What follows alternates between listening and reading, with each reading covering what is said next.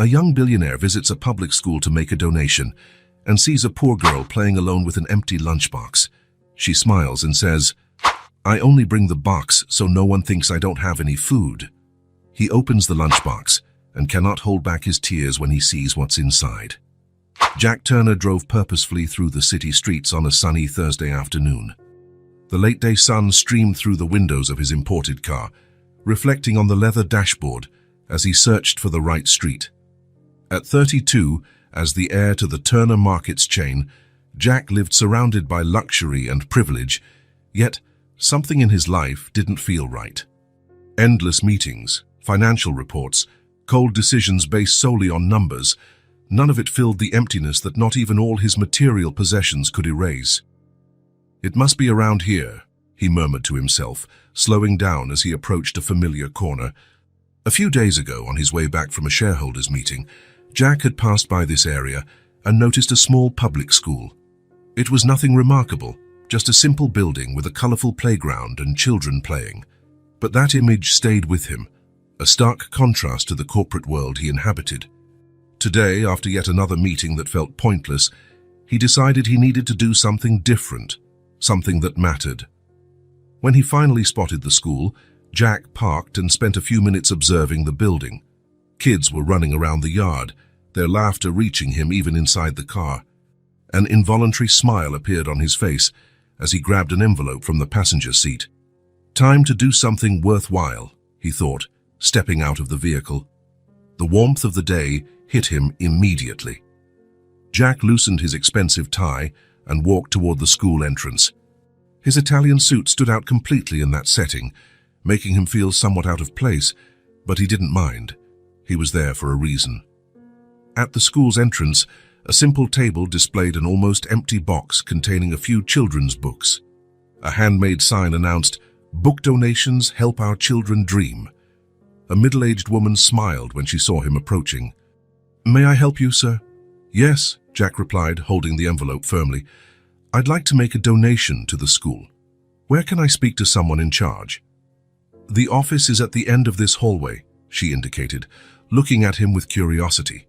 It wasn't common to see men in suits at that neighborhood school. Jack followed the hallway, noticing the colorful drawings decorating the worn walls. There was a genuineness in those children's sketches that even the expensive art in his apartment couldn't convey. After handing over the check at the office and politely declining the donation certificate they wanted to give him, Jack decided to look around a bit more. The office clerk, still surprised by the donation amount, said he was free to walk around the school as he pleased. "Recess is starting now. Maybe you'd like to see the kids in the cafeteria." "It's that way," she suggested, pointing down another corridor. Jack thanked her and walked in the indicated direction, hearing the growing noise of children's voices. The cafeteria was a large and simple space with long tables where the kids gathered to eat. Some had colorful lunchboxes, others received the school's free meals. That's when he saw her. At a table in the far corner, sitting all by herself, a small, dark-haired girl with her hair in a braid was playing with a faded blue lunchbox. Unlike the other children, she wasn't eating. Instead, she pretended to serve food on imaginary plates, talking to herself as if she were in a restaurant. "Here's your special sandwich, Mum," the girl said to the empty air in front of her. "And for you, sir, I brought strawberry juice. It's the best in town." Jack felt something strange in his chest, a mix of fascination and sadness. While the other kids were eating and chatting in noisy groups, that girl was creating an entire world out of nothing. Her expression was so serious and focused that it felt like she truly believed in the plates she was serving. Without thinking too much about what he was doing, Jack walked over to her. "This restaurant looks amazing," he said with a gentle smile. "Is there a table available?" The girl looked up, surprised.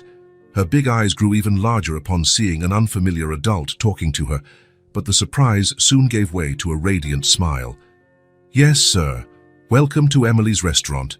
Emily, so that was her name. Jack sat on the small bench across from her, feeling strangely at ease despite his legs barely fitting under the low table.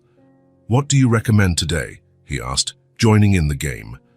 Emily struck a serious, professional pose, placing her tiny hands on her hips. Our special is an everything sandwich with melted cheese and magic fries. And there's a surprise dessert. Sounds delicious, I'll have exactly that. With careful movements, Emily opened her lunchbox in front of him. Jack discreetly watched and saw that it was completely empty, except for a small note written in an adult's handwriting. He managed to read the words, "I'm sorry. I promise I'll send something tomorrow." Emily quickly closed the lunchbox, as if she didn't want him to see what was inside. Then she continued her game, pretending to gather invisible ingredients, preparing the imaginary sandwich with the concentration of a professional chef. "Here you go, careful, it's hot." Jack pretended to pick up the sandwich and took a big bite. The best I've ever tasted. How do you make it so delicious?" Emily smiled, a smile that lit up her entire face. Jack felt something shift inside him, as if a door that had been locked for years was finally opening. "It's the chef's secret," she replied, placing a finger to her lips. "Do you work here every day?" Jack asked, as he continued to pretend to chew. "Yes, except when it rains a lot. Then the restaurant closes because the roof leaks," she said matter-of-factly. "But tomorrow it'll be open. Will you come back?" The question, asked with such hopeful innocence, caught Jack off guard. He noticed that some kids at nearby tables were looking at them curiously. Some whispered, others giggled quietly. But Emily didn't seem to care. Her little imaginary world was more real and important than any outside judgment. "Of course I'll come back," Jack replied, feeling for the first time in a long while that he was making a promise he truly wanted to keep. The image of the empty lunchbox with that simple note wouldn't leave Jack's mind. A message from a mother to her child. "I'm sorry. I promise I'll send something tomorrow." Those words hit him like a punch to the gut, a promise of a better tomorrow, an apology. He imagined Emily's mother writing those words, trying to soften the reality for her daughter, promising something she might not be able to fulfill. While Emily kept serving imaginary food, telling stories about her regular customers and special dishes she invented, Jack watched her with growing admiration. How could such a small child create so much joy out of such a difficult situation? How could she maintain that dignity, that creativity, when the reality around her was so harsh? The bell rang, announcing the end of recess. Emily carefully closed the lunchbox. "The restaurant is closing now, sir. Come back tomorrow, okay?" "I will, I promise," Jack answered, with a sincerity that surprised even him. As the children headed back to their classrooms, Jack remained seated, staring at the faded blue lunchbox Emily carried so proudly. On his way back to the car, he couldn't shake the image of Emily serving imaginary food, preserving her dignity through creativity. The note, "I'm sorry. I promise I'll send something tomorrow," echoed in his thoughts. Back in his world of luxury and comfort, Jack spent the rest of the day distracted. During the following meetings, he saw Emily's face. In the financial reports, he thought of the empty lunchbox. At dinner in his spacious apartment, he looked at his own meal and, for the first time in years, felt deep shame. That night, lying in his expensive bed overlooking the illuminated city, Jack made a decision. Tomorrow, that note in Emily's lunchbox would become real. For her, there would be a different tomorrow. And for Jack too. Jack woke up earlier than usual the next morning. For the first time in a long while, he didn't need an alarm to get out of bed. The memory of Emily's empty lunchbox followed him throughout the night, and he already had a clear plan in mind. After a quick shower, Jack dressed in more casual clothes, jeans and a simple shirt, swapping his usual suit for something less intimidating. On his way to the school, he stopped at a department store as soon as it opened and chose a new, colorful lunchbox with stars and planets. Perfect, he thought, imagining Emily's smile. The next stop was a delicatessen. Jack wasn't quite sure what a small child like Emily would enjoy eating, so he asked the attendant for help. "It's for a little girl," he explained, feeling strangely embarrassed. "Something simple but good." The attendant smiled and prepared a turkey and cheese sandwich, some fresh-cut fruit, a natural juice, and a small chocolate brownie. While paying, Jack realized he was more nervous than at his most important business meetings. When he arrived at the school, The start-of-day rush was already over. Jack entered the office, carefully carrying the new lunchbox. "Good morning. I'd like to leave this for a student named Emily," he told the secretary. The woman looked at him with a mix of curiosity and suspicion. "Are you a relative?" "No, I'm a family friend," Jack improvised. "I came by yesterday to make a donation and met Emily. She told me sometimes she doesn't bring lunch, so I thought I'd help." The secretary hesitated, examining Jack and then the lunchbox. "I could call her teacher if you prefer," he offered, sensing he needed to clarify his intentions. At that moment, the office door opened and a young teacher walked in carrying some papers. "Mrs. Miller, can you help me with—" She paused upon seeing Jack. "Oh, sorry. I didn't realize someone was here." The secretary seized the opportunity. "This gentleman came to bring a lunch for Emily. You're her teacher, right?" The young teacher nodded, looking at Jack with interest. "Yes, Emily's in my class. Are you related to her?" "Actually, no," Jack explained again. "I met Emily yesterday and wanted to do something nice for her. I brought this lunchbox and some food." The teacher smiled, a genuine smile that lit up her face. "That's very kind of you. Emily is a wonderful child. If you'd like, you can give it to her in person during recess.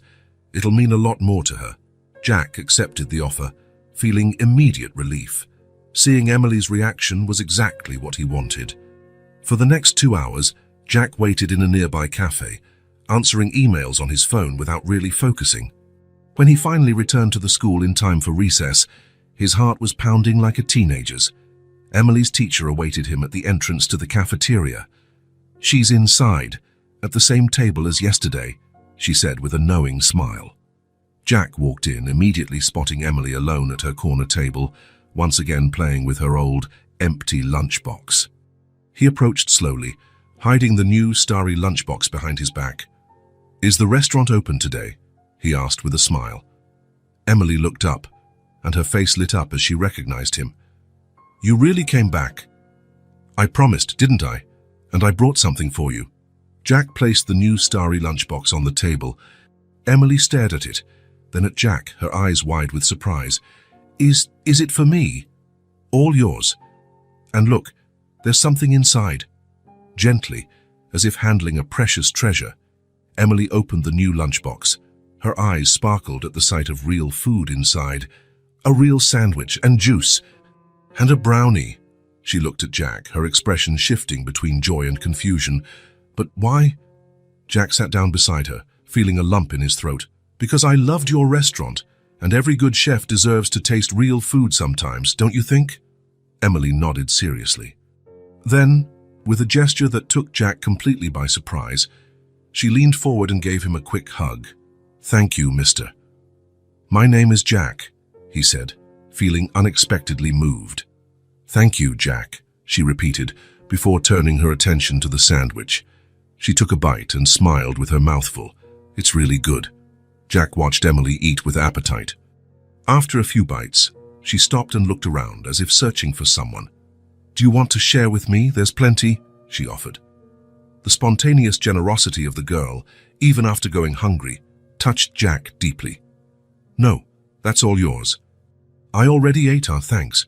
Emily continued eating, but now she spoke between bites, as if the real food had opened the door to a real conversation, too.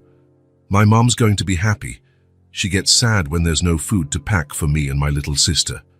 "You have a sister?" Jack asked, genuinely interested. "Yeah, Lily. She's still little, only 3. She goes to daycare. The teacher there gives her food." Emily paused to take a sip of juice. "My mom works a lot, you know. She cleans houses now." "Cleans houses?" Emily nodded, her face showing an adult-like seriousness. "She lost her job at the supermarket.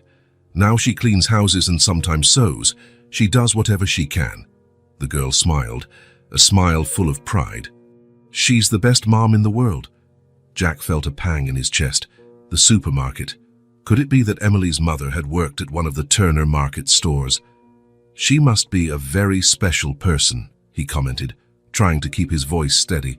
"She is. She taught me how to play restaurant." Emily finished her sandwich and picked up the small container of fruit. "When we don't have real food, we pretend," Then my stomach doesn't hurt as much, you know? Jack swallowed hard. No, he didn't know. He had never truly been hungry in his privileged life. Is that why you have such a cool restaurant? He asked, trying to keep the tone light. Emily beamed with pride. Yes, one day I'll have a real restaurant, and no one will go hungry. Everyone will get to eat, even if they don't have money. The simple, generous dream of that little girl made Jack feel ashamed for all the times he had complained about his life. They chatted a bit longer, Emily telling him about her classes, about how she helped her mom care for her younger sister, about the different places they had lived. The bell rang, signaling the end of recess. Emily carefully saved the brownie she hadn't yet eaten. I'm going to take half for Lily, she explained, breaking the treat into 2 uneven pieces, one larger piece for her sister. Jack felt something shift inside him, like a missing puzzle piece finally clicking into place.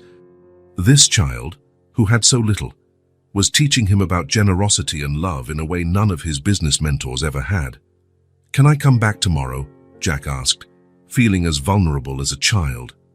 Emily's face lit up again. Yes. Emily's restaurant is always open for you. She grabbed both lunchboxes, the old one and the new one, and ran off to join the line of children heading back to class. Halfway there, she turned and waved to Jack. He waved back, with a smile that rose from the depths of his soul. Jack knew something had changed inside him, something that had no return. And for the first time in years, he wasn't afraid of it. On the contrary, he felt truly alive. The Turner Market's corporate office occupied the top 3 floors of a downtown skyscraper. From his office on the top floor, Jack could see the entire metropolis stretching out to the horizon. Normally, that view made him feel powerful, on top of the world. Today, however, he could only think of how small Emily seemed at her corner table in the school cafeteria. 3 days had passed since he'd brought the lunchbox to Emily. 3 days in which he kept his promise to come back, always bringing a different lunch. 3 days in which he learned a bit more about her through simple conversations during school recess. But today, Jack was back in his own world. Sitting in his leather chair, he looked at his computer screen without really seeing the numbers on the spreadsheet. All he could see was Emily's smile when she received the new lunchbox. Jack, are you listening? His assistant's voice brought him back to reality. Martin was standing in front of him, holding a folder of documents, looking concerned. Sorry, Martin. What were you saying? The board meeting. It starts in 5 minutes. Jack nodded, running a hand over his face. Right. I'm on my way. Throughout the meeting, as they discussed closing 3 more stores to optimize operations and maximize profit per square foot, Jack remained restless. Each time he heard terms like necessary staff reduction and structural adjustments, he thought of Emily talking about her mom losing her job. How many single mothers were hidden in those charts? How many other children like Emily were bringing empty lunchboxes to school? When the meeting finally ended, Jack felt a weight he'd never noticed before. Instead of returning to his office, he decided to leave early. He needed to clarify his thoughts, to better understand what he was feeling. The next day, Jack cancelled his appointments and drove to Emily's school. He was determined to find out more, to gain a deeper understanding of the situation. The principal welcomed him into her small office, looking genuinely pleased to see him again. Mr. Turner, Emily won't stop talking about you and the lunchboxes. It's a beautiful thing you've been doing. Jack smiled, feeling uncomfortable with the praise. It's the least I can do. Actually, I'd like to know more about her situation, so I can help in a more effective way. The principal sighed, her expression growing more serious. Emily is one of our brightest students. Did you know that? She has an incredible imagination and an adaptability most adults lack. I've noticed, Jack agreed. She told me about her mom who lost her job and now works cleaning houses. Yes, Rachel Miller, a remarkable woman. The principal flipped through a folder on her desk. She's always present at school meetings, even with 2 jobs. She never complains, but I can see how hard it's been since she lost her stable job. Jack felt a growing curiosity. Do you happen to know Emily's mother's full name, and maybe where they live? The principal studied him for a moment, as if gauging his intentions. Mr. Turner, may I ask what your real interest is in this family? Jack wasn't prepared for such a direct question. He hesitated, searching for the right words. Meeting Emily made me want to help more directly. Maybe I can do something that truly makes a difference for them. The principal seemed to evaluate his words, looking for signs of dishonesty or hidden motives. Whatever she saw must have satisfied her, because her expression softened. The mother's name is Rachel Miller. She picked up a paper and jotted something down. And here's their address. Jack held the paper carefully. Thank you. I'm trusting you, Mr. Turner, the principal added seriously. Jack nodded, feeling the weight of that trust. He returned to his car and looked at the address in his hands. It was a modest neighborhood, far from the city center where he lived. Checking his watch, he realized it was time to meet Rachel Miller. The neighborhood where Rachel and Emily lived was on the outskirts of the city.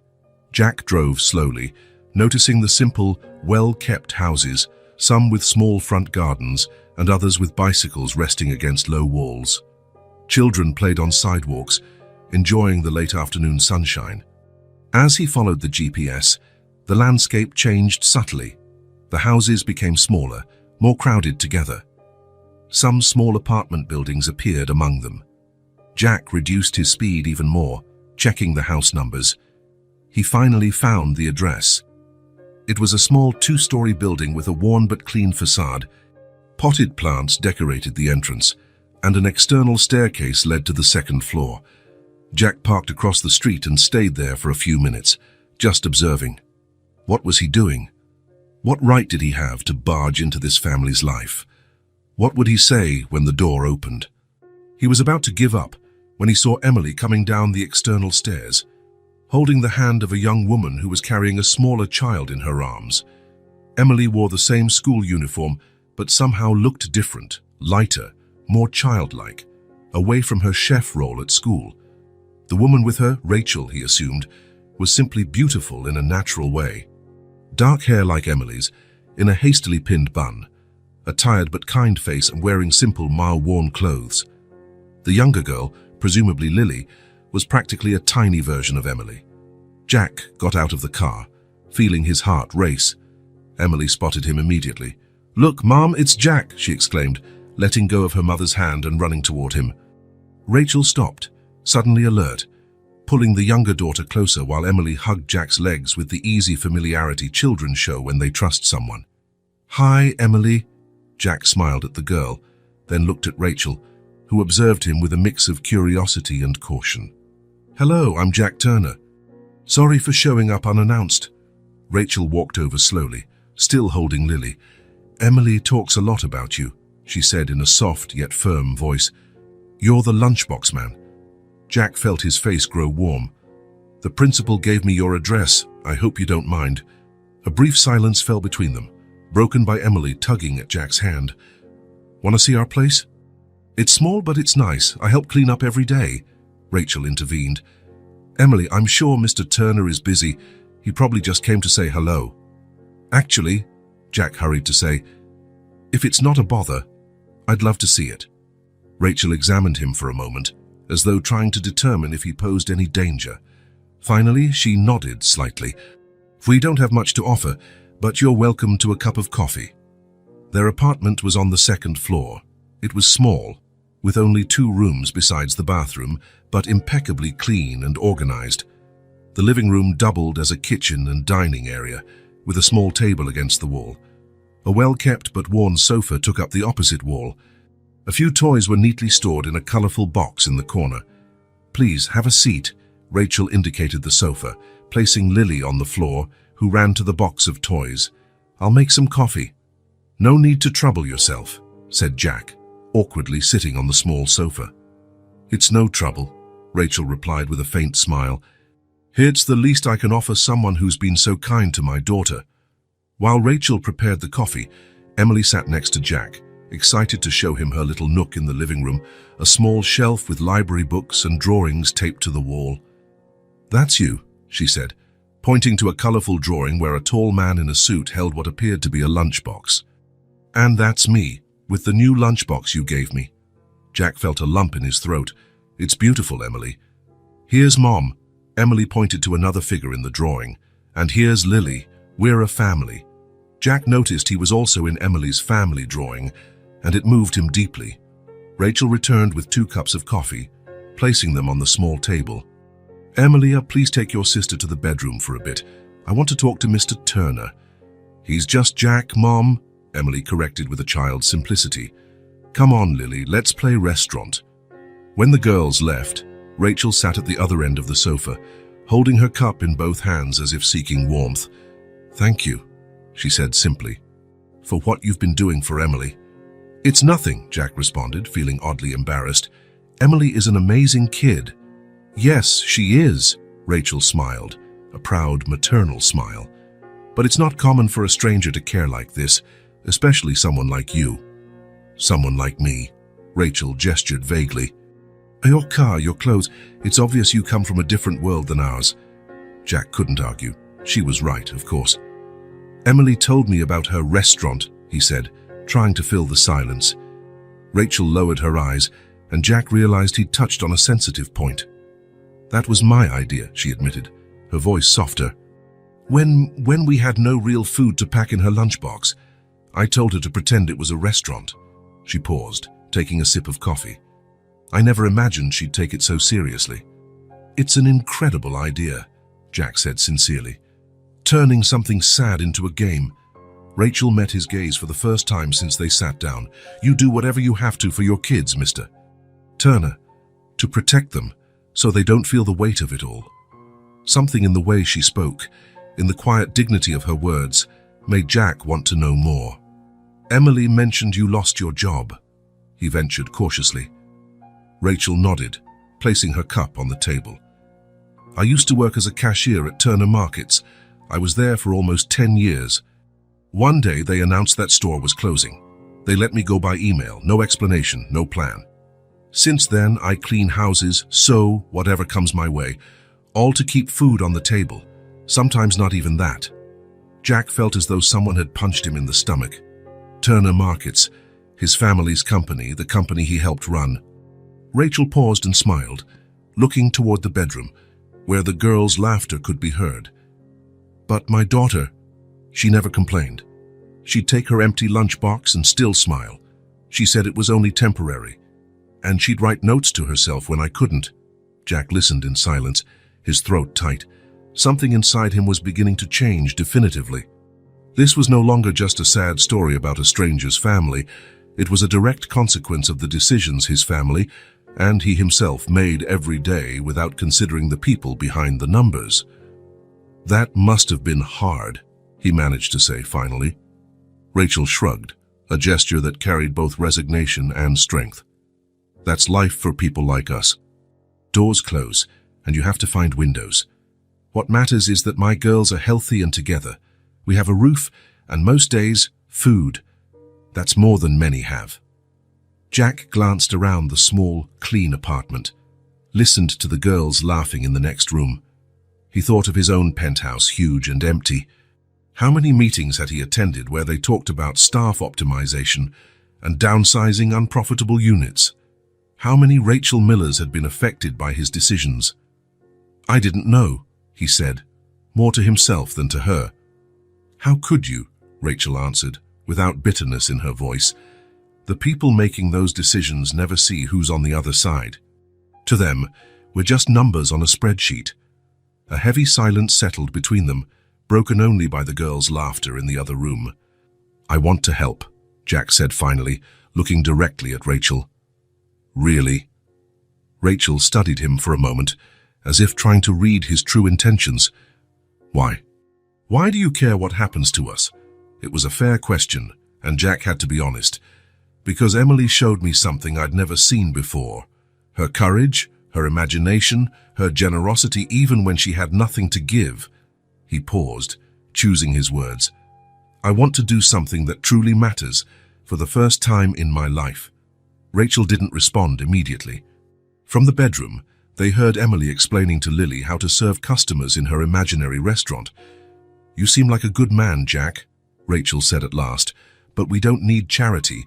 We need dignity, honest work, knowing tomorrow won't be worse than today." Jack nodded, feeling the weight of those simple, truthful words. He didn't have an immediate answer, but he knew he couldn't just go back to his normal life after today. after seeing the home behind that lunchbox. Emily ran back into the room, holding a drawing. "I made this for you, Jack," she announced, handing him the colorful paper. It was a new drawing of Emily's restaurant, but this time with customers at the tables, including Jack, Rachel, and Lily.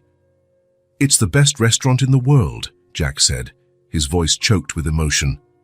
He looked at Rachel and saw something in her eyes, a mix of motherly protectiveness, pride, and perhaps, just maybe, a faint glimmer of hope. Jack walked down the stairs of the small building with heavy steps. The sky was already darkening, painting the city in deep shades of blue. Rachel's words still echoed in his mind. Turner Markets, his company, his family, his responsibility. Sitting in his car, he didn't start the engine right away. He needed a moment to process everything he'd discovered. Sometimes life's coincidences were cruel. Of all the children with empty lunchboxes, he'd found Emily, the daughter of a former employee of his family's company. The image of Rachel describing how she was fired by email after 10 years of loyal service wouldn't leave his mind. No explanation, no plan. Those words would haunt him for a long time. He finally started the car and drove back toward downtown.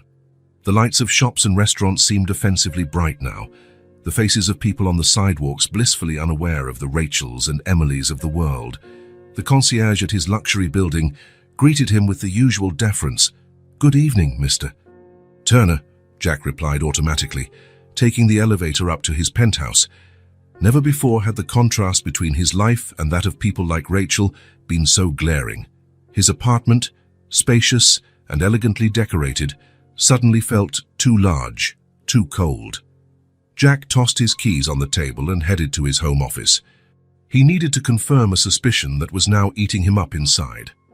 He turned on his computer and logged into the company network. He had access to practically all corporate documents, a privilege of his last name. He started searching for records of store closures over the past few years. Unit 237, East Side Neighborhood, closure approved on 01/17. The file appeared on the screen, and Jack opened it with a racing heart. The report was cold and technical, like all corporate documents: profitability analyses, cost projections, recommendations for reallocating assets. In the Human Resources Impact section, an attachment listed the employees who would be laid off. Jack ran his finger over the screen, looking for a specific name, and then there it was: Miller, Rachel A., senior cashier, 9 years and 8 months of service, dismissal with no recommended relocation. A chill ran down his spine. Jack faintly remembered that meeting. It was at the start of the year, one among dozens of similar meetings. He had signed off on the approval without asking many questions, trusting the finance and operations department's analyses. Continuing his search, he found the template email that had been sent to employees. Impersonal, direct, almost mechanical. "Dear employee, we regret to inform you that, due to the company's strategic reorganization, the unit where you work will be discontinued within 30 days. We are sorry to say that your position will be eliminated, with no possibility of relocation at this time." Jack closed the email, feeling nauseous. That was what Rachel had received after almost a decade of service. A standard form, probably without even her name spelled correctly in some cases. In the corner of the screen, he noticed the list of document approvers. His name was there, along with his digital signature.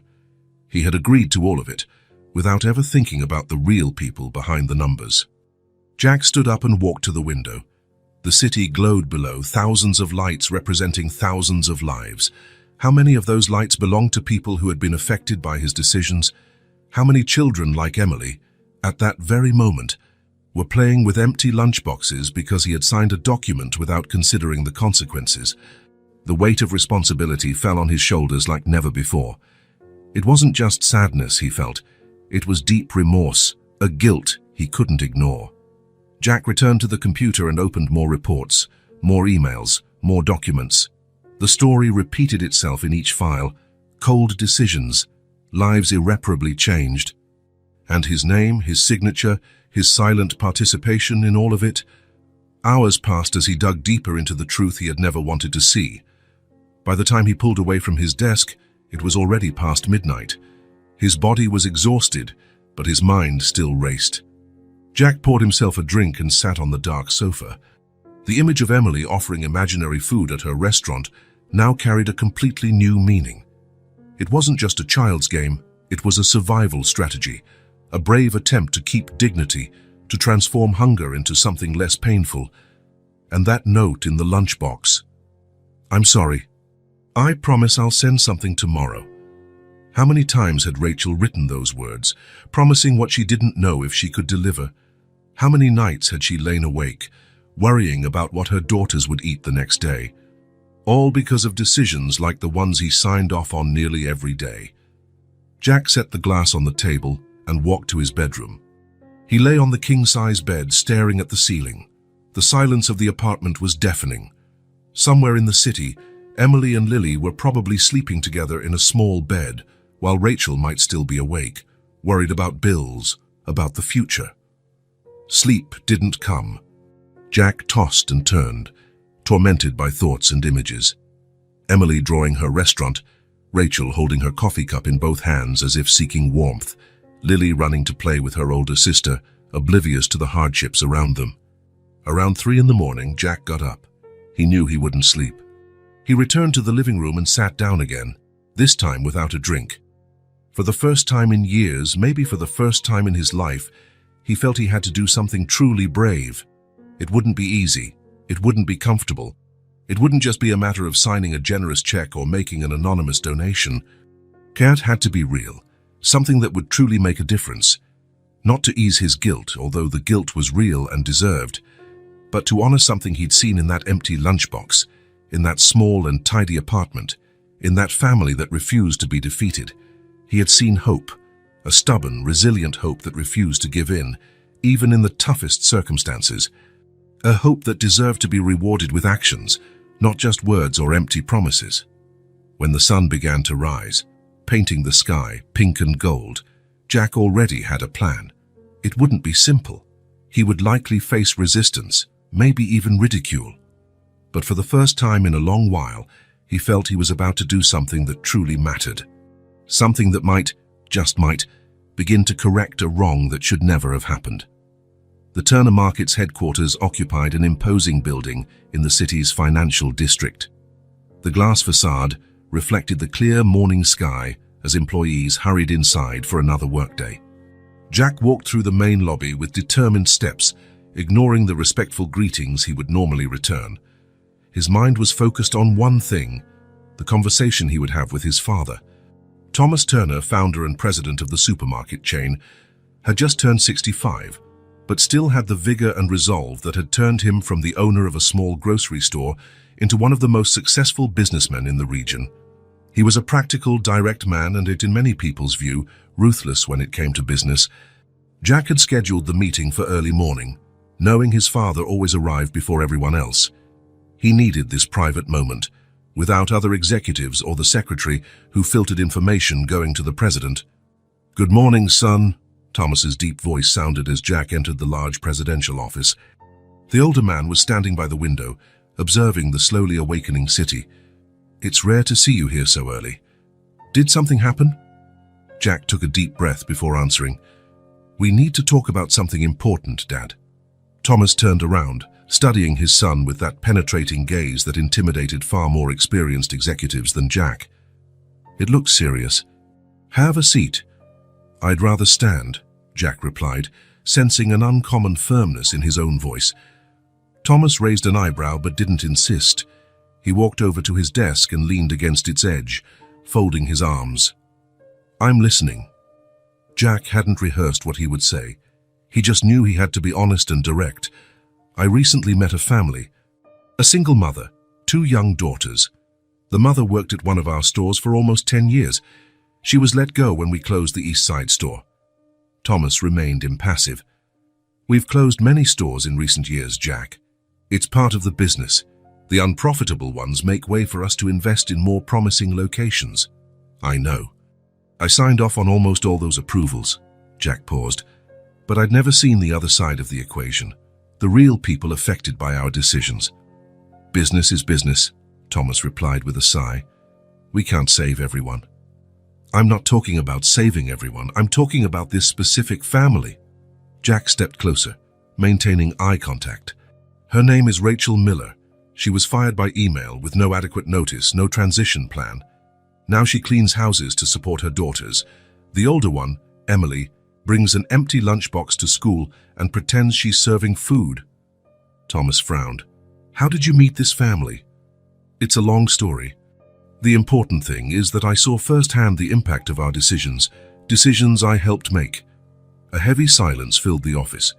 Thomas studied his son with a complex expression, a mix of surprise, respect, and perhaps a trace of concern. So, what do you intend to do about it? He asked at last. Jack had been expecting this question. I want to rehire her. Give her a new position in the company with stability and respect. Something that makes use of her skills and experience, but also offers a better future for her and her daughters. Thomas uncrossed his arms and walked slowly to the coffee machine in the corner of the room. He poured himself a cup before replying, You know we can't make exceptions like this.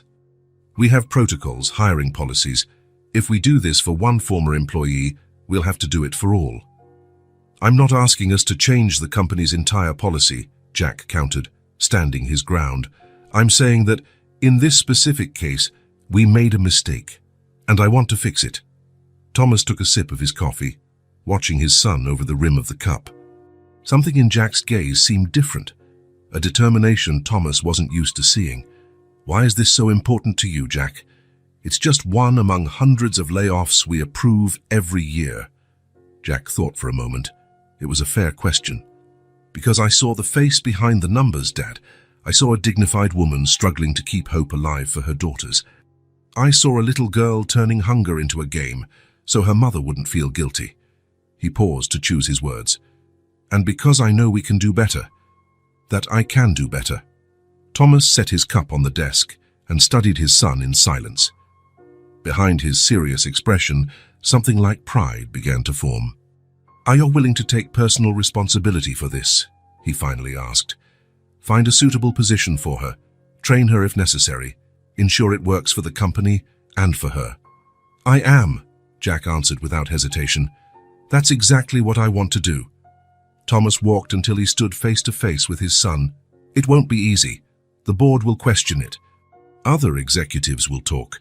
Some will say you're acting out of sentimentality rather than business logic.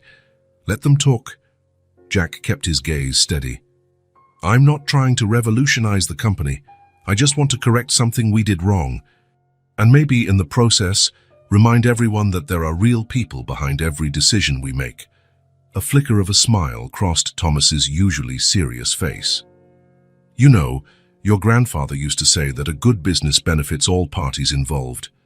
Maybe we've lost sight of that a bit in recent years. He paused. All right, Jack. You have my approval to rehire her. But it's your responsibility entirely. Jack nodded, accepting the challenge. Thank you, Dad. Don't thank me yet, Thomas replied, returning to his desk. The hardest part is yet to come. You'll have to tell this woman the truth, who you are, and what role you played in her dismissal. Then you'll have to convince her to come back to the same company that discarded her. Jack had already thought of that. The idea of revealing his identity to Rachel scared him, but he knew it was necessary. I know, and that's what I plan to do. I don't want to hide anything. I want to fix this mistake in the most honest way possible. Thomas sat down in his chair, regarding his son with a new expression, as if truly seeing him for the first time. You've changed, Jack. What happened? Jack thought of Emily and her imaginary restaurant, of Rachel and her quiet dignity, of Lily and her uncertain future. Let's just say I finally understand the real meaning of what we do here, he replied simply. When he left his father's office, Jack felt a mix of relief and apprehension. The easiest part was done. Now he had to face Rachel, tell her the truth, and hope she'd accept his proposal. It wouldn't be an easy conversation. But nothing that truly matters ever is, a lesson he was only beginning to learn. Jack drove slowly through the streets of the neighborhood, each block bringing him closer to a conversation that could change everything or end before it began. The small building where Rachel and the girls lived looked more intimidating today. It was late Saturday afternoon, a time Jack had confirmed with the school principal, as the best chance to find Rachel at home. He parked his car and stayed there for a few minutes, mentally rehearsing what he would say, how to explain who he really was, how to talk about his part in the decision that changed her life. There was no easy way, only the honest way. With that thought, Jack got out of the car and headed to the building. He climbed the external stairs with heavy steps, feeling each one as part of a redemption path that had just begun. When he knocked on the door, he heard children's laughter on the other side. That sound calmed him a bit. He remembered why he was here. It wasn't about him or his guilt. It was about doing the right thing. Rachel opened the door, wearing simple home clothes with her hair pulled into a casual ponytail. Her face registered surprise, followed by a timid smile. "Jack, we weren't expecting you today." Before he could answer, Emily came running up behind her mom, Lily trailing just a few steps behind. "Jack, did you come to play restaurant with us?" He smiled at the girl, feeling the weight of what he was about to reveal. "Hi, Emily. Actually, I came to talk to your mom about something important." Rachel noticed the seriousness in his voice and nodded. "Emily, take Lily to the bedroom and show her that new game you got from school, okay?" Emily looked ready to protest, but something in her mother's expression made her agree. "Okay, but then can Jack play with us?" "We'll see," Rachel answered, running a hand through her daughter's hair. "Go on now."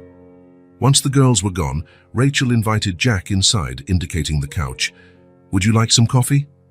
"No, thank you," he replied, remaining on his feet. He felt too restless to sit. "Rachel, I need to tell you something.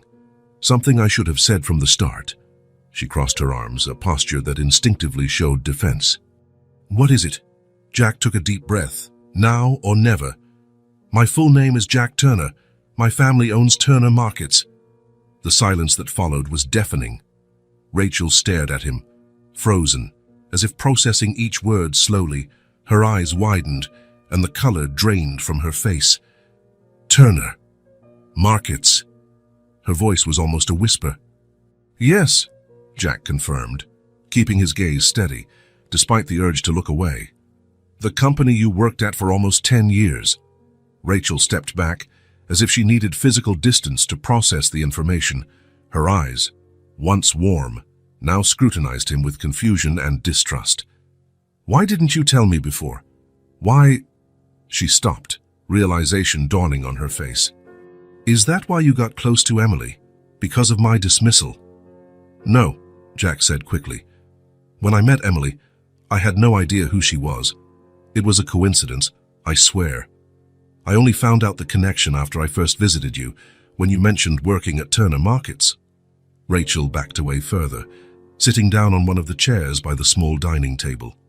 Her eyes remained locked on Jack's, searching for any hint of falsehood. "Why are you telling me this now?" Jack approached slowly, keeping a respectful distance. "Because you deserve to know the whole truth." He paused, choosing his words carefully. "Rachel, I'm not just the son of the owner, I'm one of the executives who approved the closure of the store where you worked." The impact of that revelation hit Rachel like a wave. Her shoulders sagged, and she raised a hand to her lips to stifle her reaction. "You—" She couldn't finish the sentence. Jack felt his throat tighten. It was even worse than he'd imagined. Seeing Rachel's face, the real pain in her eyes, was far different from thinking abstractly about affected employees. "When I found out, I went digging into the records. I saw your name on the layoff list. I saw the impersonal email we sent. I saw there was no attempt to find another position for you, despite your great track record." Rachel stayed silent, just watching him, as if each word were another blow. "What I'm trying to say, Rachel, is that I'm so sorry. Deeply." Jack took another step forward, almost pleading with his eyes.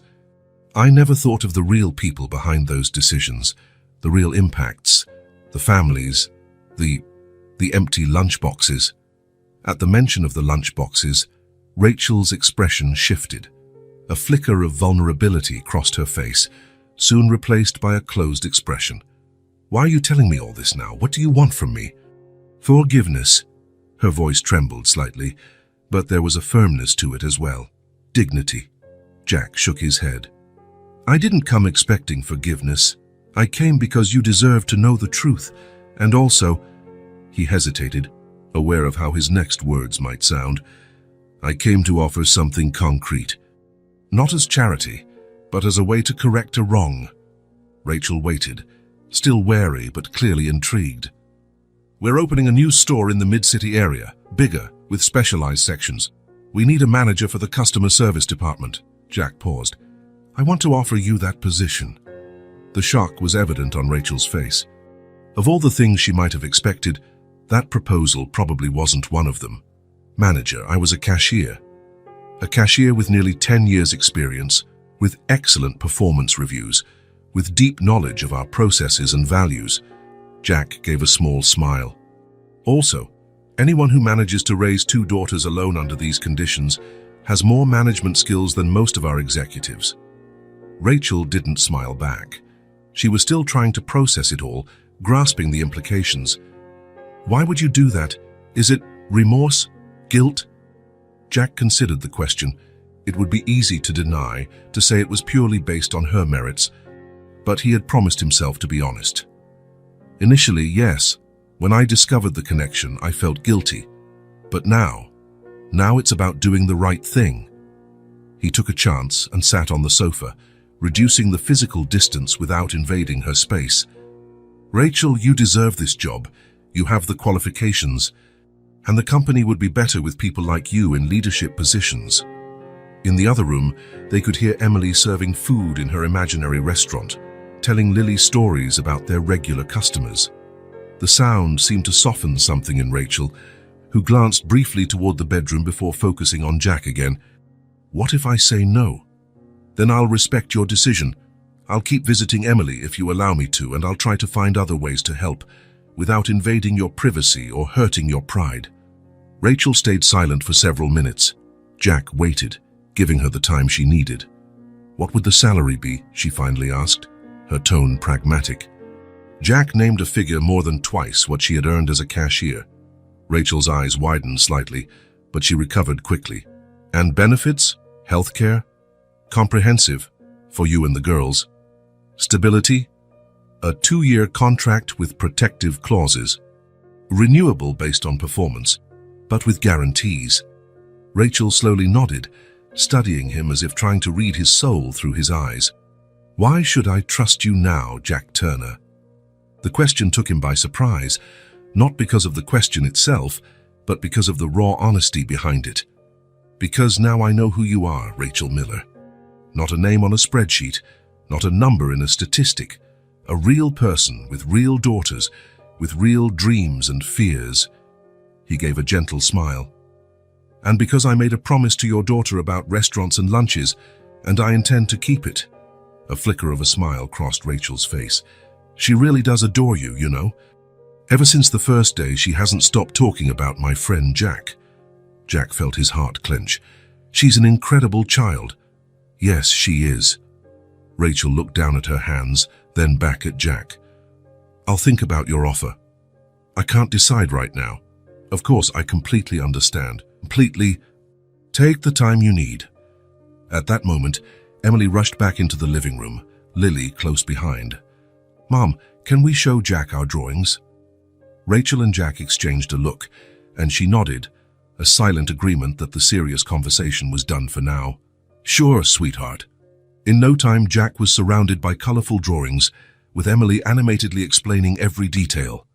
The easy interaction and simple joy of the children contrasted sharply with the tension of the talk they'd just had. By the time he said goodbye, night had fallen. He thanked Rachel for the honest conversation and promised Emily he'd come back soon. I'll think about everything you said, Rachel whispered at the door so the girls wouldn't hear. And thank you for being honest, at least, Jack nodded. It's the least you deserve. 3 days later, Jack received a call at the office. It was Rachel. I accept the job, she said without preamble, but on one condition. What condition? I want to be evaluated by the same standards as any other employee. No special treatment. If I'm not good enough, you'll have to tell me. Jack smiled, admiring that woman's dignity. Deal. The new Turner Market store in the mid-city area was truly impressive. With 2 floors, gourmet and organic sections, plus a full bakery, it represented the new direction the chain wanted to take. Rachel started working there 2 weeks after that decisive phone call. The first days were tough. Although she knew the company's processes well, the manager position was new to her. There was a learning curve, and some suspicious glances from other managers who wondered how a former cashier had gotten such a promotion. But Rachel surprised everyone with her dedication and practical knowledge of daily store operations. She knew exactly what customers were looking for, understood the frustrations of frontline employees, and had practical ideas to improve everyone's experience. Jack visited her regularly at the store, keeping things professional in the workplace, but he soon began frequenting their home on weekends, bringing books for Emily and educational toys for Lily. A month later, Rachel received her first paycheck. The next day, Jack noticed something different about her: freshly cut hair, new clothes, and a sparkle in her eyes he'd never seen before. "The girls already have new lunchboxes," she commented with a smile during a coffee break. "And we're looking for a bigger apartment, closer to school." Jack felt a sense of satisfaction no corporate profit had ever given him. "I'm really happy to hear that." At home, Emily had changed, too. She still played restaurant, but now with real ingredients, preparing little snacks for everyone. Her smile, always present, seemed even brighter, and her colorful drawings now showed a happy family: herself, Lily, Rachel, and more often, Jack. The relationship among the three, Jack, Rachel, and Emily, grew quietly with every visit, every conversation, every shared meal. There were no grand declarations or lavish promises, just mutual respect and a genuine affection that developed naturally. For Jack, these visits became the high point of his week. In his large, empty apartment, he often found himself thinking of the simple coziness of their home, Emily's genuine excitement at seeing him arrive, Rachel's quiet strength in facing each challenge with dignity and determination. Rachel, in turn, blossomed in her new role. Financial security not only let her provide better care for her daughters, but also allowed her to rediscover her own self-confidence. She went back to studying, taking night courses in management to enhance her professional skills. "They talk about you all the time," Rachel mentioned one night when Jack stayed for dinner. The girls were already asleep, and they were sharing a cup of tea in the small kitchen. "Especially Emily. You've become part of her family." Jack felt something stir inside him. "You two have become part of my life as well, in a way I never imagined." Rachel studied him for a moment with that penetrating look that seemed to see beyond appearances. "You know what impresses me most about you, Jack? It's not that you tried to fix a mistake, it's that you really changed. I see it in how you treat the store employees, in the small adjustments you're implementing at the company." Jack had never thought of it that way, but Rachel was right. His encounter with Emily and her empty lunchbox had transformed not just his actions but his perspective on life. "I still have a lot to learn," he admitted. Rachel smiled, a warm smile that lit up her entire face. "We all do." That night, when he left the apartment, Jack knew something fundamental had shifted in his life. The truth had been revealed, not just to Rachel but to himself. And from the ashes of that painful discovery, something new and genuine was beginning to bloom. A new beginning, built not on lies or guilt, but on honesty and mutual respect. A chance for redemption, not just for him but for everyone involved. And it all started with an empty lunchbox and a little girl who refused to let tough circumstances wipe the smile from her face. The aroma of fresh bread and tomato sauce filled the small apartment when Jack knocked on the door that Sunday morning. 3 months had passed since Rachel began working at the new Turner Market store, and a lot had changed in their lives. Rachel opened the door with a warm smile, wearing a simple apron over casual clothes. Her hair was pinned in a relaxed bun, a few strands framing her face. There was a lightness about her that Jack was still getting used to, a quiet confidence that grew every week. "Right on time," she said, stepping aside so he could enter. "Emily is so excited. She hasn't stopped asking when you'd get here." Jack walked in, carrying a small paper bag.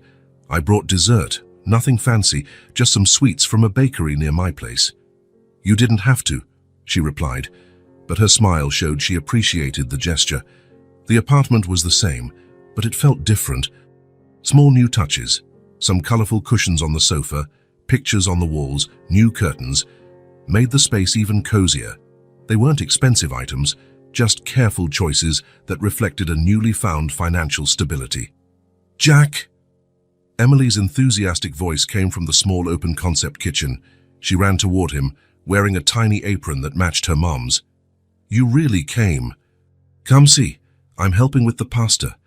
Jack crouched down to receive her hug, a ritual that had become routine between them. "I wouldn't miss it for the world, and judging by the smell, it's going to be the best pasta in town." Emily grabbed his hand and pulled him toward the kitchen. I stirred the sauce, and I put the cheese in. Mom let me cut the tomatoes, too, with a real knife. "Under my supervision," Rachel added, smiling as she followed them. The small kitchen was bustling with activity. Lily, seated in her high chair, played with modeling clay at a little table, creating colorful shapes while watching her sister and mother cook. "What can I do to help?" Jack asked, genuinely wanting to participate. Rachel seemed about to say it wasn't necessary, as usual, but stopped herself. "You can make the salad. The ingredients are already set aside." Jack took off his jacket and rolled up his sleeves, feeling comfortable in the tight space where three people moved in near-perfect coordination. Emily narrated every step of the pasta-making process with the intensity of someone hosting a cooking show. "We used to do this every Sunday at our old apartment," she told him, as she sprinkled more cheese on the pasta. "But then it got hard, because my mom worked a lot and didn't have money to buy the good stuff. Now we do it again." Rachel and Jack exchanged a glance over Emily's head, a look full of unspoken meaning. Children's simple honesty often revealed more than lengthy adult conversations. "And what's the best part of cooking?" Jack asked, trying to divert from the emotional moment he saw in Rachel's eyes. "Eating afterward," Emily replied, prompting laughter from everyone. Food prep continued amid stories and laughs. Rachel described her early kitchen disasters when trying to impress Emily's grandmother. Jack shared memories of the time he tried to cook dinner to impress his first girlfriend and nearly set his apartment on fire. "You had a girlfriend?" Emily asked with the straightforward curiosity of children. "A long time ago," Jack answered, chopping tomatoes for the salad. "Why don't you have one now?" Emily pressed on. "Emily," Rachel gently scolded. "That's very personal." Jack smiled. "It's okay. Maybe I never found the right person. Or maybe I was too busy working to notice when I did." His eyes met Rachel's for a moment, and something unspoken passed between them before they both looked away, slightly embarrassed. When they finally sat down at the table, the simple meal felt like a banquet. Homemade pasta with fresh tomato sauce, a crisp salad, still warm bread, and some roast chicken Rachel had prepared earlier. Nothing fancy or expensive, but made with care and affection. "Can we say thanks?" Emily asked, extending her hands to her mom and Jack. Rachel nodded, holding Lily's hand with one of hers and Emily's with the other. Jack completed the circle, holding hands with both girls. The gesture was new to him, but strangely comforting. "Thank you for the food," Emily began with ease, "for the tasty pasta, for my family, for my mum who smiles more now, for Lily who's learning to talk better, and for Jack, who came into our lives and made everything better." Jack felt a lump in his throat. The simplicity and sincerity of those words struck him with unexpected force. The meal flowed naturally, like a family accustomed to sharing moments. Lily made a little mess with her pasta. Emily talked about school and her friends. Rachel discussed the challenges and successes of her managerial position. Jack shared stories from his childhood that he had never told anyone before. At some point, Jack realized he was laughing more than he had in years. There was a lightness to that Sunday lunch, a sense of belonging he'd never felt before, not even with his own family. When they finished eating and the children left the table to play, Jack helped Rachel clean up, working in a comfortable silence that didn't need filling. "Thank you for coming," Rachel said at last, putting away the last dishes. "It means a lot to the girls." "And to you," Jack ventured, risking a level of honesty he usually avoided. Rachel smiled, open and genuine. "It means a lot to me, too." Later, As they all settled into the small living room to watch a movie Emily had picked out, Jack found himself looking at the faces around him. Rachel, relaxed and smiling. Emily, leaning against his shoulder with the trust of someone who feels safe. Lily, dozing on her mother's lap. For the first time in a long while, maybe for the first time ever, Jack felt like he truly belonged. Not as part of a family obligation or a business commitment, but part of a genuine connection born out of the most unexpected circumstances. Emily looked at him and smiled, her eyes filled with that innocent wisdom only children have. "I'm glad you came into our life, Jack," she said softly, as if sharing a secret. Jack smiled back, unable to put into words how much that simple family had transformed his own life. "Me too, Emily," he finally answered. "Me too." Fall was painting the trees around the school in shades of gold and red. Rachel adjusted her scarf as she waited for Emily to get out of class. The cool breeze ruffled her hair, but she barely noticed. Her thoughts were on her daughter and on how much their lives had changed over the past few weeks. Her new work schedule allowed her to pick up Emily from school 3 times a week, a simple luxury she couldn't afford before. As manager of the new Turner Market store, Rachel had the flexibility to arrange her agenda. It still felt odd, that new status, this new life. Sometimes she needed a few seconds upon waking to remember she no longer had to run between different cleaning jobs all day. Leaning against her modest car, recently purchased with her savings, Rachel observed other parents who, like her, were waiting for their children. Not long ago, she would have been the last to arrive, exhausted after a full day's work, often missing the chance to chat with teachers or other parents. Now, she was here, right on time, feeling part of that community. The bell rang, and soon the schoolyard was filled with the cheerful chatter of children. Rachel smiled as she spotted Emily leaving the building, proudly carrying her lunchbox, now always full, and chatting animatedly with a friend. "Hi, Mom," Emily ran toward her, eyes shining. "I've got something to tell you." Rachel crouched to hug her. "What is it, my love?" "My teacher cried today because of my lunch." Rachel frowned in confusion. "She cried? What do you mean?" Emily adjusted her backpack, taking on that serious expression she used whenever she recounted something important. "She saw the note you put in my lunchbox and got teary. Then she hugged me and said I was a lucky girl." Rachel felt warmth rising to her cheeks. That morning, she'd tucked a simple note in Emily's lunchbox. "Hope you like it. Love, Mom." A small gesture, almost trivial for many families, but it meant everything to them. "She asked us to show what we had in our lunchboxes so we could talk about healthy eating," Emily continued as she got in the car. "When I opened mine, she saw the sandwich cut into a heart shape and the note. She read it out loud, and then her voice got weird. Rachel smiled as she started the car. Miss Jenkins, Emily's teacher, knew their story well. She had seen Emily's empty lunchbox during those difficult times and had witnessed the restaurant game Emily invented to cope with it. "How did you feel, honey?" Emily thought for a moment, fiddling with the latch on her lunchbox. "Happy and a little proud, because now everyone knows my mum makes the best lunches and writes the best notes." Rachel reached out and gently squeezed her daughter's hand, feeling a lump in her throat. Simple gestures, small things, a sandwich, a note. For many, nothing special. For them, a daily victory, a silent sign that they had overcome the darkest days. On the way home, they passed by the new Turner Market store where Rachel worked. Emily looked out the window, pointing excitedly. "Can we visit Jack today?" "Not today, sweetie. He's at an important meeting in another city, remember? But he'll be coming to dinner on Friday." Emily nodded, satisfied with the answer. Jack's presence had become as natural as sunrise in their lives, no longer a surprise, but a comforting certainty. At home, while Rachel prepared a snack for Lily, who was playing with colorful blocks in the living room, Emily approached with a thoughtful expression. "Mom," she said after a moment of silence, "Ms. Jenkins said there'll be a special presentation next week. Each student will talk about something important to them. I want to talk about the restaurant." Rachel paused what she was doing, giving her daughter her full attention. "Which restaurant, honey?" "Mine. The empty lunchbox restaurant."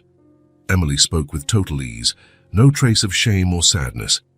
I want to tell everyone how we used to pretend when there wasn't any real food, and how things are different now. Ms. Jenkins said it's an important story. Rachel felt her heart race. It was surprising how Emily could discuss that difficult time with such maturity, turning a potentially painful memory into something valuable. Are you sure you want to talk about it in front of everyone? Emily nodded confidently. Yes, and I want you and Jack to come watch. Jack too. He's part of the story, isn't he? He was the first one who saw my restaurant and asked for an imaginary sandwich. Rachel couldn't disagree. Jack had come into their lives because of that empty lunchbox, and now it was impossible to imagine a future without him. I'll invite him, then, she promised, going back to preparing Lily's snack. But her mind was now filled with thoughts of how drastically life had changed in the last few months. That night, after the girls were asleep, Rachel called Jack. He was in another city for a conference on corporate social responsibility, a new interest he'd developed over the last few months.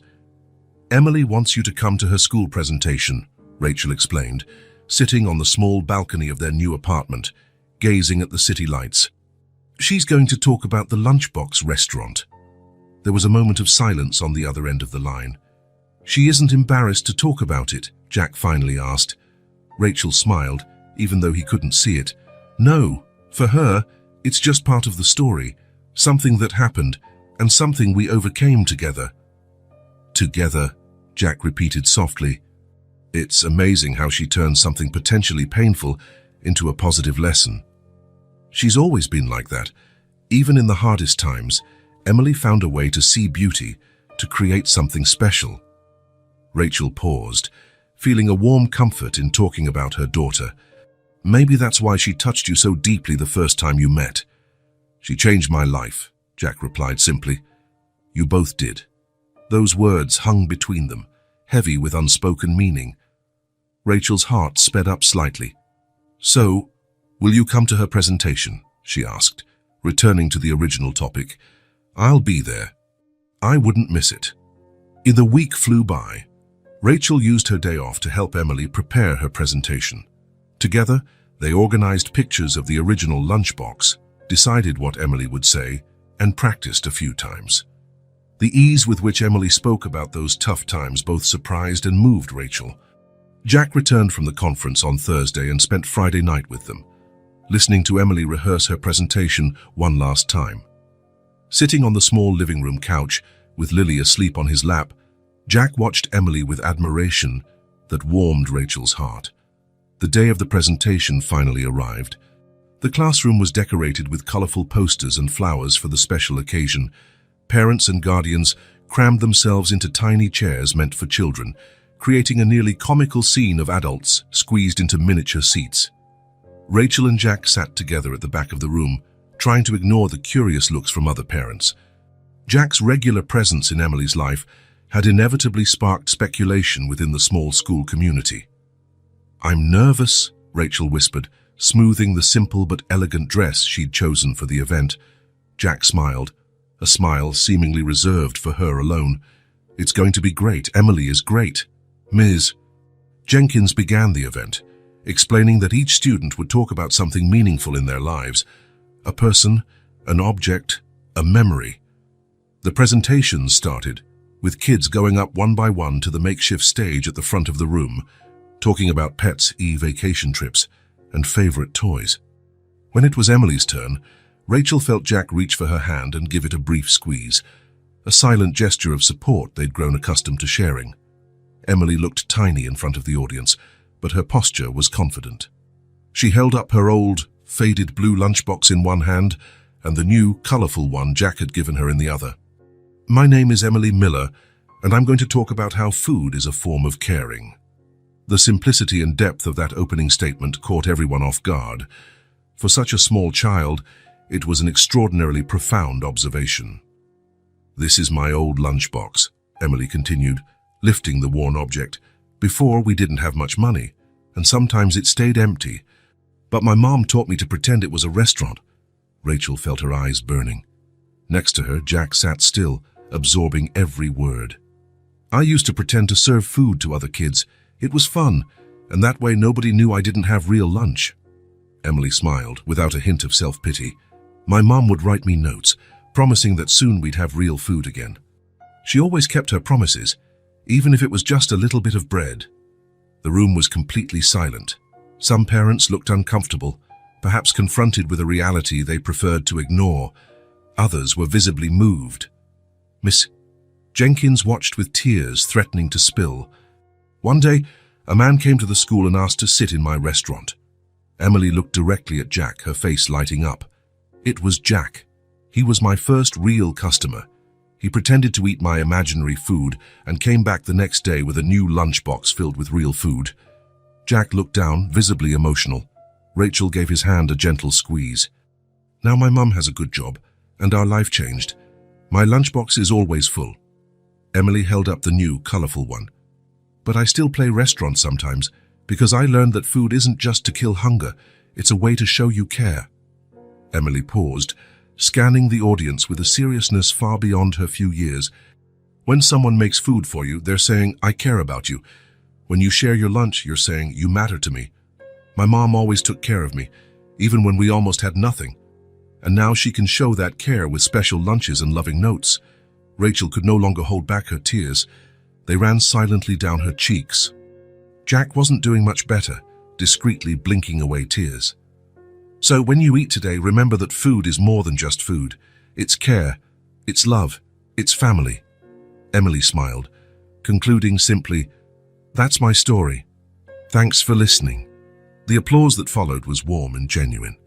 Emily gave a small bow before returning to her seat, obviously proud of her presentation.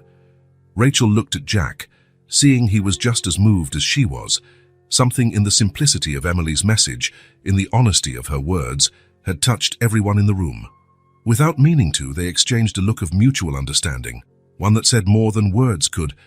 When the session ended and the kids were released for a brief reception in the courtyard, several parents approached Rachel, offering kind words and admiring looks. Emily's story had touched the community in a way Rachel never expected. "Your daughter is amazing," said one mother Rachel only knew in passing. "Such maturity, such wisdom." "Thank you," Rachel replied, still emotional. "She's always been like that, finding light even in the darkest moments." Jack stayed by her side throughout the reception, a calm and reassuring presence. Their interactions did not go unnoticed, shared smiles, natural closeness, the way they seemed to orbit each other even while talking with other people. Ms. Jenkins approached, holding Emily's 2 lunchboxes. "She asked me to keep both," the teacher explained. "She said they're both important to her story." The woman hesitated before adding, "In my 20 years of teaching, I've seen many children go through hardships, but very few have Emily's ability to turn adversity into something beautiful." Rachel nodded, speechless with pride. She looked over her shoulder, searching for Emily, and saw her at the center of the courtyard, surrounded by classmates, probably sharing more about her restaurant. Even from a distance, Rachel could see the sparkle in her eyes, the confidence in her gestures. "I think I learn more from her than she does from me," Rachel commented quietly. Jackie, who had joined them, smiled. "I agree. Emily has a wisdom most adults never reach." Ms. Jenkins glanced from one to the other, a small smile on her lips. "You make a lovely family," she said, before moving on to greet other parents. The word family lingered in the air between them. Neither spoke about it, but both felt its weight, its promise, its truth yet to be fully expressed. Driving back home, with Emily asleep in the back seat after the excitement of the day, Rachel and Jack spoke in hushed voices. "Would you like to have dinner with us tonight?" Rachel asked. Emily mentioned she wants to cook something special to celebrate her presentation. "I'd love to," Jack replied. "I need to stop by my apartment to grab some documents, but I can be at your place in an hour." When they arrived at the apartment, Emily woke up energized after her quick nap. Discovering that Jack would return for dinner, she insisted on making something special. "I want to make macaroni and cheese. Can I, Mom? It's super easy. You just need to help me with the stove," Emily said, already taking off her school uniform and changing into casual clothes. Rachel agreed, charmed by her daughter's enthusiasm.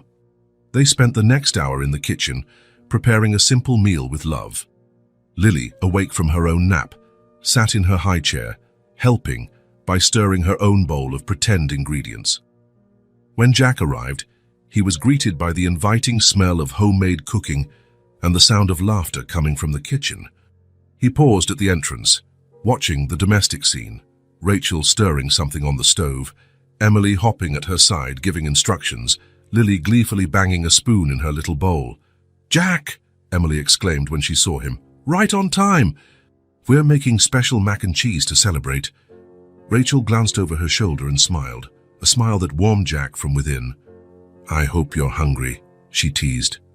"Starving," he replied, stepping into the small kitchen. "Need me to do anything?" "You can set the table," Emily instructed. "But it has to be fancy, like in a real restaurant." Jack took that job seriously, arranging the simple table with the care of a maitre at a fine dining establishment. He found cloth napkins in a cabinet and folded them into elegant shapes, placing utensils neatly. Emily supervised with approval, occasionally directing him on where to place the cups or how to fold the napkins more precisely. When they finally sat down to eat, the table was transformed, simple yet special. Small candles, found in a drawer, lit the center, and each place setting was thoughtfully arranged. "Welcome to Emily's restaurant," the girl announced formally, taking on the role of hostess. "Tonight's dish is special mac and cheese, made by the chef and her assistant." Rachel smiled at Jack across the table, her eyes shining in the candlelight.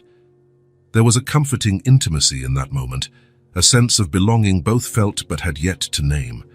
Emily served the mac and cheese with the intense focus of a professional chef, ensuring each plate got the same amount and topping them with freshly chopped parsley. "To make it look pretty like on cooking shows," she explained. "Before we eat, I want to make a toast," Jack said, raising his glass of water. "To the best presentation I've ever seen, and to the most talented chef I know." Emily blushed happily, raising her own glass. "And to the best customer of my restaurant." Rachel completed the toast. "To family." The simple word echoed around the table, laden with meaning. The glance Rachel and Jack exchanged confirmed a silent understanding, an unspoken promise. The meal was lively, with Emily recounting her favorite moments from the presentation, Lily occasionally chiming in with half-formed words, and Rachel and Jack trading stories about their days. To an outside observer, they looked like any normal family, sharing a meal, laughing together, creating memories. And in many ways, that was exactly what they had become. After dinner, while Emily insisted on showing Jack her latest drawing in the bedroom, Rachel began clearing the table. Through the open doorway, she watched Jack patiently sitting on the floor, admiring Emily's artwork as she explained every detail. The scene was so natural, so right, that Rachel felt a warmth spread in her chest. Out of adversity, something beautiful had taken root, not just financial security or material comfort, but a deep, meaningful human bond. When Jack finally said goodnight late that evening, there was a moment at the door, just a brief instant, where everything seemed possible. Rachel felt his gaze linger on her lips, saw his slight inclination forward, then his respectful, hesitant retreat. "Thank you for dinner," he said quietly. "It was perfect." "Anything made with love tastes good," Rachel replied, echoing Emily's words from her presentation. Jack smiled, understanding the reference. "See you tomorrow." "See you tomorrow," she affirmed. After closing the door, Rachel returned to the kitchen to finish cleaning. On the table, she found the napkin Jack had used, folded carefully into a heart shape. Underneath it, a hastily scribbled note that read, "Food is love, family is strength. Thank you for letting me be part of it." Rachel tucked the note into a kitchen drawer, along with the other little treasures she collected, Emily's drawings, Lily's early scribbles, and now this scrap of paper symbolizing a new beginning, a new possibility, a future once deemed impossible. Simple things, little things, notes in lunchboxes, family dinners, glances exchanged by candlelight, simple things that turn out to be the strongest of all. Spring skies were a clear, bright blue as Jack parked his car in front of the school. The shade of a blossoming tree protected the vehicle from the early afternoon sun. He glanced at his watch. He was 10 minutes early for dismissal.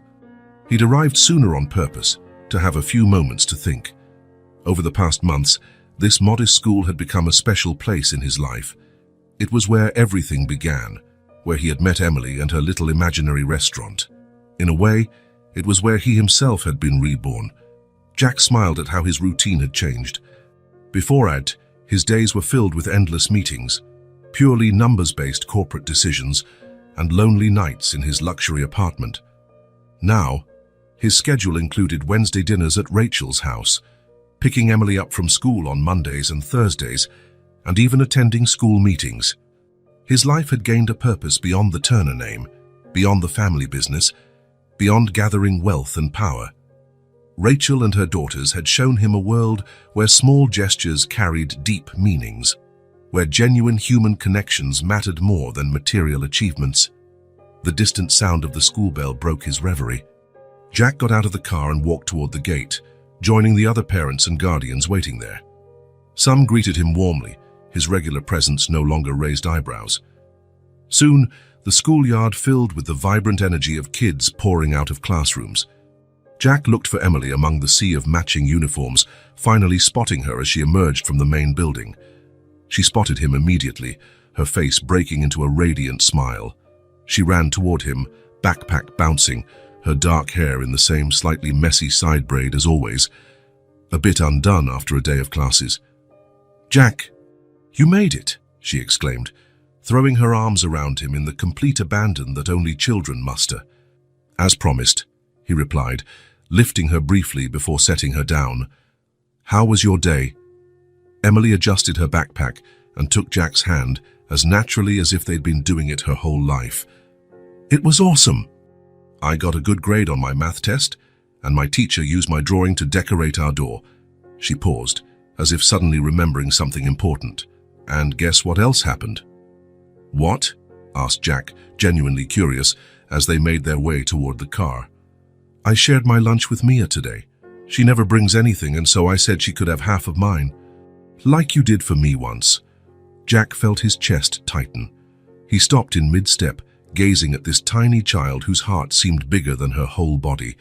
The simplicity of her gesture, her spontaneous generosity, the natural way Emily turned her own difficult past into empathy, all of it moved him deeply.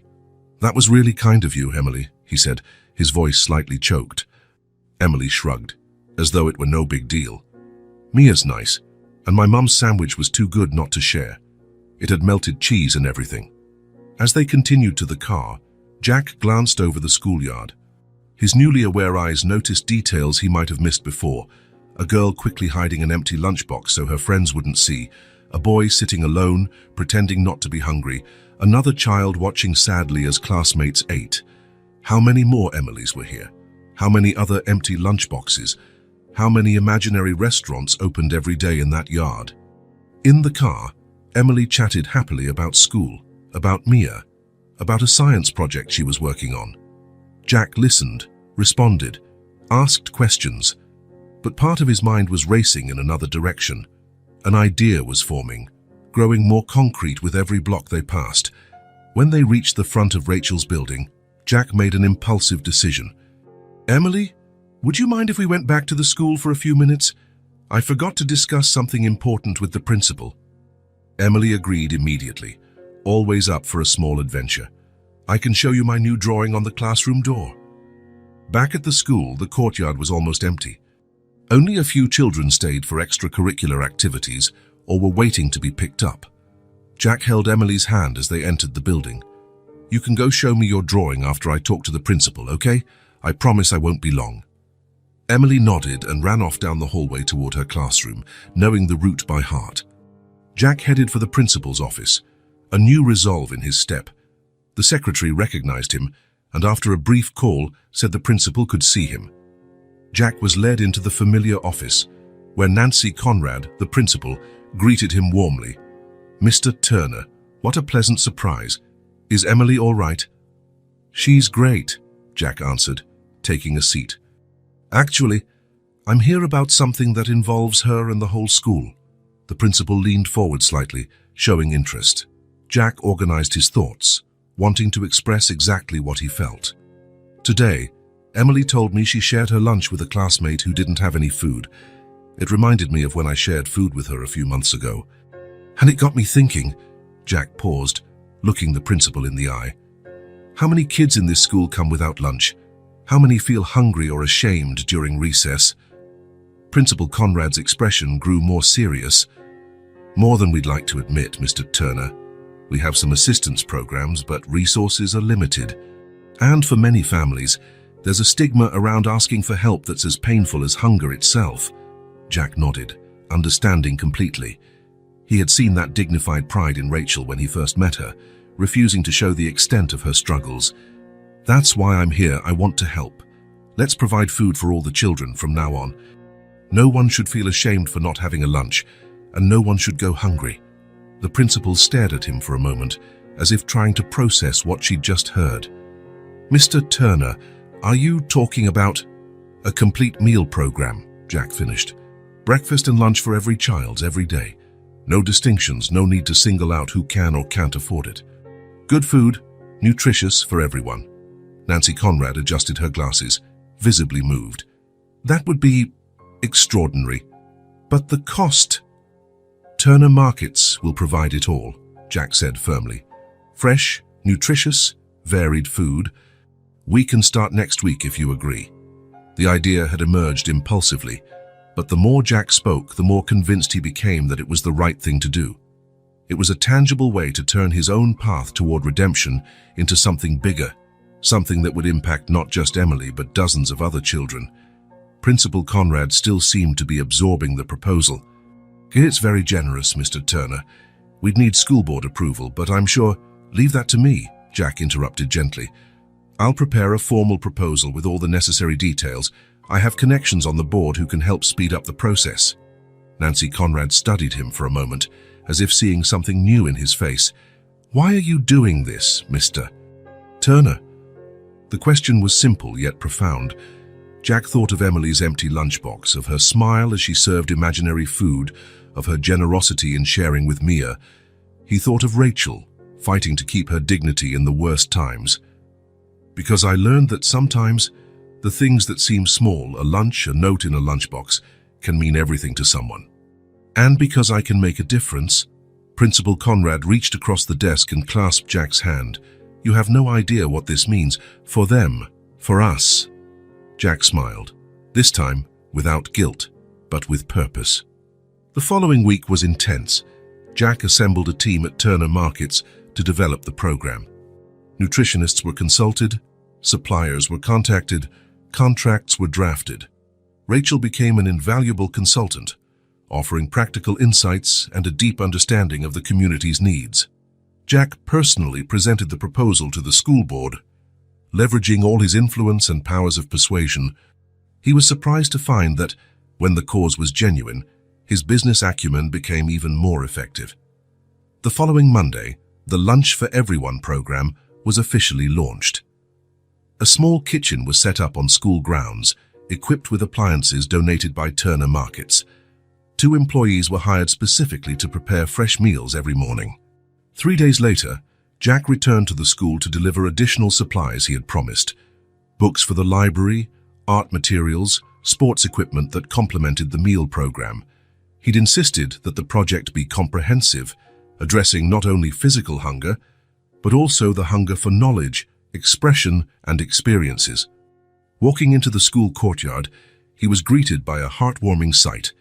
Kids were scattered everywhere, all enjoying the same healthy meals. No separation, no stigma. Laughter filled the air, and there was a new atmosphere, lighter, happier. As soon as Emily saw him, she ran over, her face radiant as ever. Jack! Today the school gave lunch to everyone, she exclaimed, gesturing excitedly to the courtyard. Now nobody feels embarrassed. Mia smiled. Jack knelt down so he was at her level, feeling a wave of emotion he didn't try to hide. Emily threw her arms around his neck in a spontaneous hug. You're my best friend, she said softly, with the pure sincerity only children possess. Jack hugged her back, feeling those simple words echo inside him, reaching places he hadn't known existed. "And you're one of the most important people I've ever met," he replied, equally sincere. When Emily went back to play with her friends, promising to show Jack her new drawing before they left, he continued toward the principal's office to drop off the extra supplies. On the way, he passed a newly installed bulletin board in the main hallway. "Lunch for Everyone Project, What It Means to Me," read the title. Below it, dozens of colorful drawings made by the students, one in particular, placed at the center of the board, immediately drew his attention. It showed a little girl with a braid standing next to a tall man holding a lunchbox, surrounded by smiling children. In the corner of the paper, in childish, crooked letters, was written, "Thank you, Jack." The drawing was simple, done with a child's limited technique, but it conveyed an emotion and gratitude that touched Jack deeply. He stood there, just taking it in, absorbing the significance of this little token of thanks. A gentle hand touched his shoulder.